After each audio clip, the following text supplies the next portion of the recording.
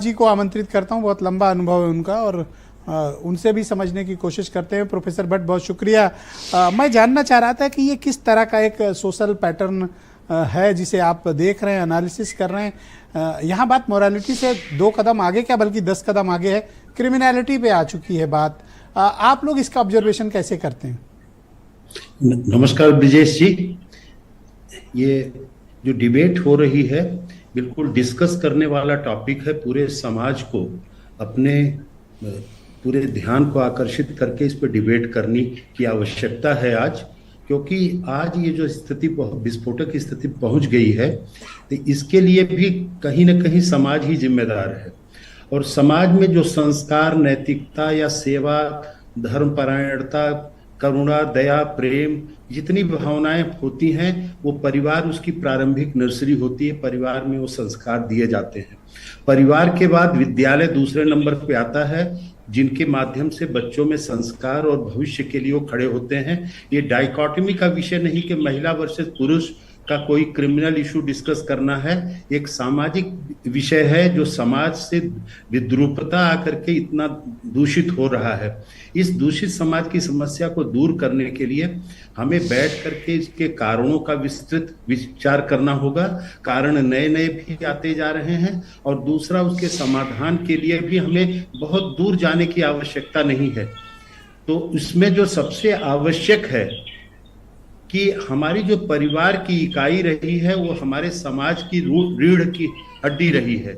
इसी परिवार बेस्ड ही व्यक्ति के प्रारंभिक संस्कार बनते थे।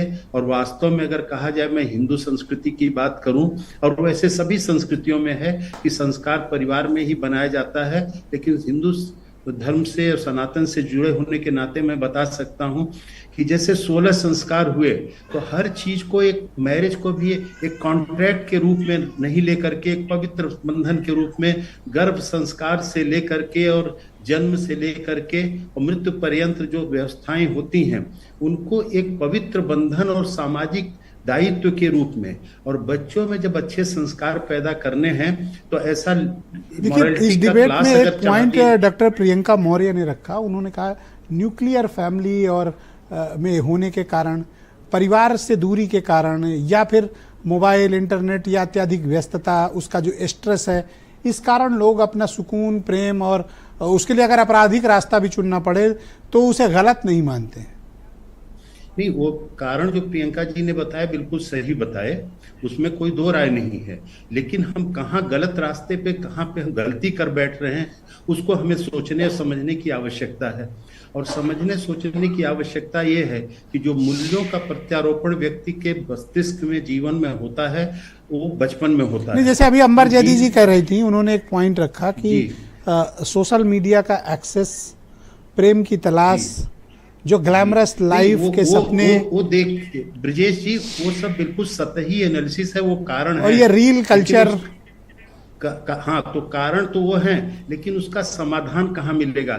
हमारा समाज आज की तारीख में पश्चिमीकरण के प्रभाव में, आधुनिकीकरण के प्रभाव में, या आर्थिक विकास के, शहरीकरण के प्रभाव में जो अपने मूल जड़ों से टूट रहा है, वो मुख्य समस्या है। मैं एक बात बताना चाहूंगा यहाँ पर कि व्यक्ति के जीवन के 4 पहलू होते हैं।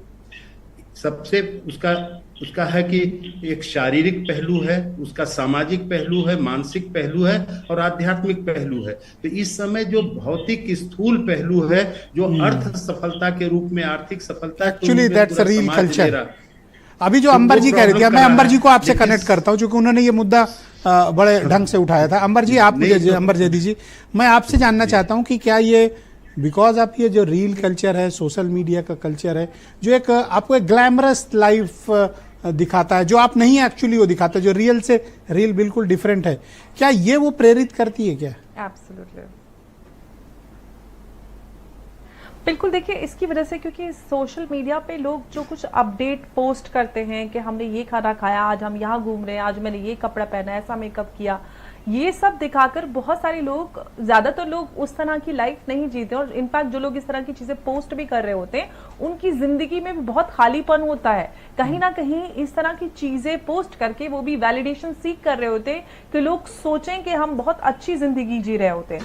तो ये सब जो हो रहा है सोशल मीडिया, इसकी वजह से लोगों की जिंदगी में बहुत खालीपन आ गया है, दूरी आ गई है। हम लोग बहुत कनेक्टेड हैं, हम लोग अलग अलग शहरों में बैठे, लेकिन स्टिल हम लोग कनेक्टेड हैं, लेकिन आसपास के ही अपने परिवार के लोगों से हम कटते जा रहे हैं। पहले हमारा कल्चर होता था कि बचपन में नानी दादी या माताएं कहानी बच्चों को सुनाकर, या फिर हम पार्क में, मैदान में खेला करते थे, ह्यूमन कनेक्शन होता था। आज ह्यूमन कनेक्शन पूरी तरह से कट गया है, जिसकी वजह से जो हमारे एक सांस्कृतिक और पारिवारिक मूल्य हुआ करते थे उससे हम दूर आ गए हैं। मैडम, ये क्रिमिनलिटी कैसे आ रही दिमाग में? ये कहां से घुस रहा है दिमाग में कि हमें अपने मार देना चाहिए, कत्ल कर देना क्रिमिनलिटी चाहिए? तब आती है जब आपके मूल्य, आप अपनी संस्कृति और मूल्यों से दूर होते हैं, तो आपको पता नहीं होता ना सही और गलत का फर्क। आपको लगता है कि मुझे एक आईफोन लेने के लिए किसी की किडनी निकाल के उसका मर्डर कर देना है।